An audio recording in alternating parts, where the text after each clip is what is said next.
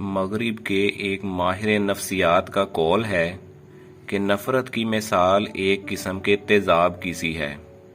ایک عام برتن میں اس کو رکھا جائے تو وہ اپنے برتن کو اس سے زیادہ نقصان پہنچائے گا جتنا اس کو جس پر وہ تیزاب ڈالا جانے والا ہے۔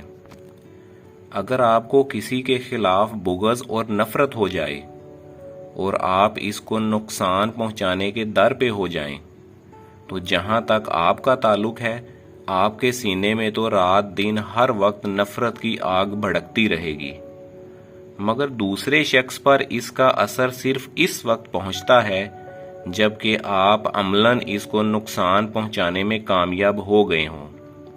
مگر ایسا بہت ہی کم ہوتا ہے کہ آدمی کسی کو وہ نقصان پہنچا سکے جو اس کو وہ پہنچانا چاہتا ہے۔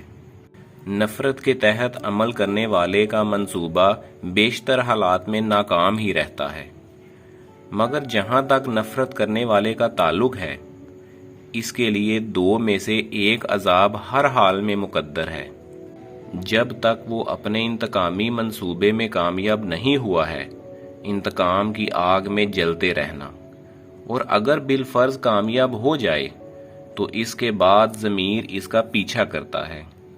وہ اپنے حریف کو قتل کر کے خود بھی اپنے چین کو ہمیشہ کے لیے قتل کر لیتا ہے۔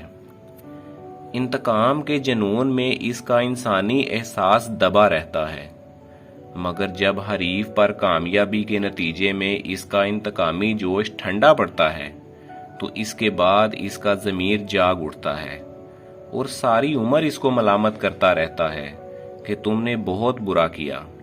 فوجداری کے ایک وکیل نے ایک بار راکیم الحروف سے کہا کہ میرا سابقہ زیادہ تر ایسے لوگوں سے پیش آتا ہے جن پر قتل کا الزام ہوتا ہے، مگر میں نے اپنی زندگی میں جتنے بھی قاتل دیکھے سب کو میں نے پایا کہ قتل کے بعد وہ اپنے قتل پر پشیمان تھے۔ وقتی جوش میں آ کر انہوں نے قتل کر دیا، مگر جب جوش ٹھنڈا ہوا تو ان کا دل انہیں ملامت کرنے لگا۔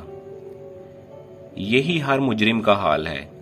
کوئی مجرم اپنے کو احساس جرم سے آزاد نہیں کر پاتا۔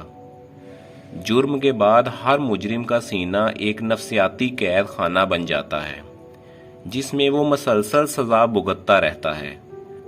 حقیقت یہ ہے کہ منفی کارروائی سب سے پہلے اپنے خلاف کارروائی ہے۔ منفی کارروائی کا نقصان آدمی کی اپنی ذات کو پہنچ کر رہتا ہے، خواہ وہ دوسروں کو پہنچے یا نہ پہنچے۔ اگر آپ کو ویڈیو پسند آئے تو ویڈیو کو لائک اور کمنٹ ضرور کریں اور ہمارے چینل کو سبسکرائب کریں تاکہ آپ کو مزید اچھی ویڈیوز مل سکیں۔